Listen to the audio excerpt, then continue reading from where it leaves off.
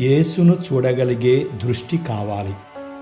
క్రీస్తునందు ప్రియులారా, యేసుక్రీస్తు లోకానికి వెలుగు. ఆ వెలుగే మనలో ఉన్నది. ఆ వెలుగు ద్వారానే దేవుని కార్యాలు మనలో జరుగుచున్నాయి. దేవుడు లేని చోట అంధకారం, పాపం ఉంటాయి. దేవుని మహిమను చూడాలంటే మనలో ఆధ్యాత్మిక దృష్టి ఉండాలి. చూపు లేని వారి పరిస్థితి ఎంతో దయనీయంగా ఉంటుంది. వారిని చూసినప్పుడు అయ్యో పాపం అనుకుంటాము. 5 నిమిషాలు కన్నులు మూసుకొని మిమ్ము మీరే గ్రుడ్డివారిగా భావించండి. అంతా అంధకారమే, భయంకరం, బాధామయం, దయనీయం.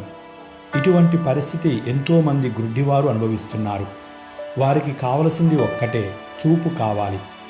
దేవుడు మనకిచ్చిన చూపును పోగొట్టుకుంటే నిజంగా మనంత దౌర్భాగ్యులెవరుంటారు? అన్ని ఇంద్రియాలలో నయనం ప్రధానం అంటారు.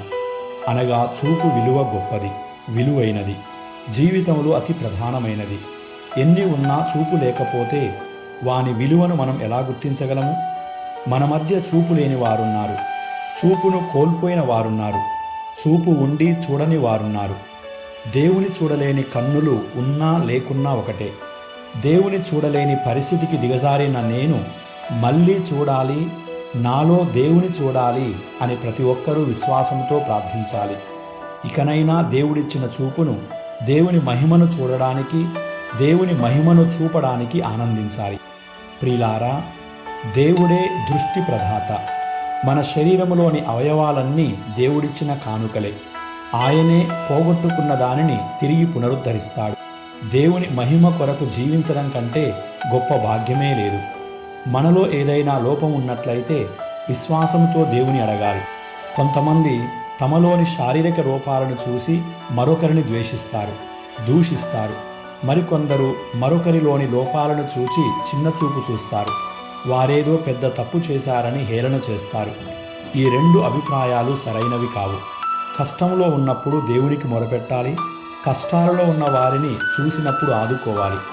యేసుక్రీస్తు ప్రభు తన దగ్గరకు వచ్చిన ఎంతో మందిని ప్రేమతో ఆదుకున్నాడు. వారిలోని ఆత్మశరీర లోపాలను సరిదిద్దాడు. వారిలో నూతన జీవం నింపాడు. ఈరోజు మనం ప్రత్యేకంగా ఆధ్యాత్మిక దృష్టితో దేవుని మహిమను చూడడం ఆరంభించుదాం. ఏ లోపము లేని దేవుని ప్రతిరూపాన్ని అందరిలో దర్శించుదాం. దేవుడు మనకొసగిన కన్నులతోనే మనము మళ్ళీ దేవుని మహిమను చూడాలి. మనలో దేవుని ప్రతిరూపాన్ని చూడాలి.